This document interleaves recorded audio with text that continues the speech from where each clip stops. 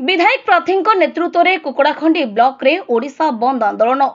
बालेश्वर फकीर मोहन कॉलेज रो छात्री सौम्याश्री बिसी मृत्यु को नहीं आज राज्य कांग्रेस सभापति श्री भक्तचरण दास सारा ओडिशा बंद रो डाकरा देथिबा बेले गंजाम जिला दिगपहंडी निर्वाचन मंडली रो कुकुड़ाखंडी ब्लॉक रे एहार प्रभाव पड़िथिबा देखा दैछि। दिगपहंडी कांग्रेस विधायक प्रार्थी साका सुजित कुमार नेतृत्व में अंकुशपुर निकटस्थ समस्त सरकारी बेसरकारी शिक्षा अनुष्ठान दुकान बजार इत्यादि बंद रहितला। राज्य सरकार उपरे बर्षिथिले और राज्य में नारी निर्यातना रोकबारे राज्य सरकार विफल बोली कहिथिले विधायक प्रार्थी साका सुजित।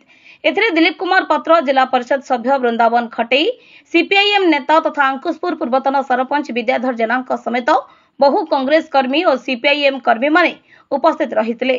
संपूर्ण रूपे कुकुड़ान ब्लॉक समस्त सर्वसाधारण समर्थन जनइछन्ति आमको अतुल समर्थन मिलछि। समस्त सहित सहयोग नहीं संपूर्ण स्कूल कॉलेज आरंभ कर सब दुकान बाजार बंद कर समस्ते यही सौम्या बिसी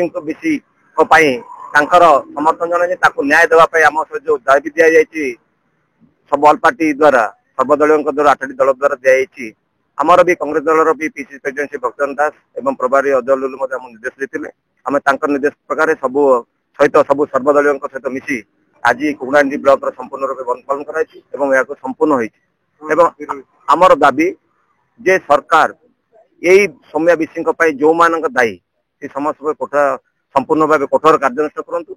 शिक्षा मंत्री इस्तीफा दिंतु जेहेतु मोहन सरकार दायी गोटे झील 6 वर्ष बुलला कौन प्रकार शुणिले ना तेणु सी नैतिक दृष्टि से इस्तीफा देवा कथा। सेठिकार सांसद प्रताप षडंगी नैतिक दृष्टि इस्तीफा देवा कथा और यापाई जिते जन दायी अच्छा समस्त विरोध में कार्यानुष्ठान करा सहित ज्योति प्रकाश जी से झील को बचाई जाते आज से एससीबी मेडिकल संघर्ष कर चेहरा बदली जाइए सरकार चाकरी देवा सहित तार संपूर्ण दायित्व नेबा दरकार। यह हूँ आमर आज दाबी। यही दाबी को समस्त जनसाधारण समस्त लोक और महिला माने अशुभ भाव साहाय्य करते।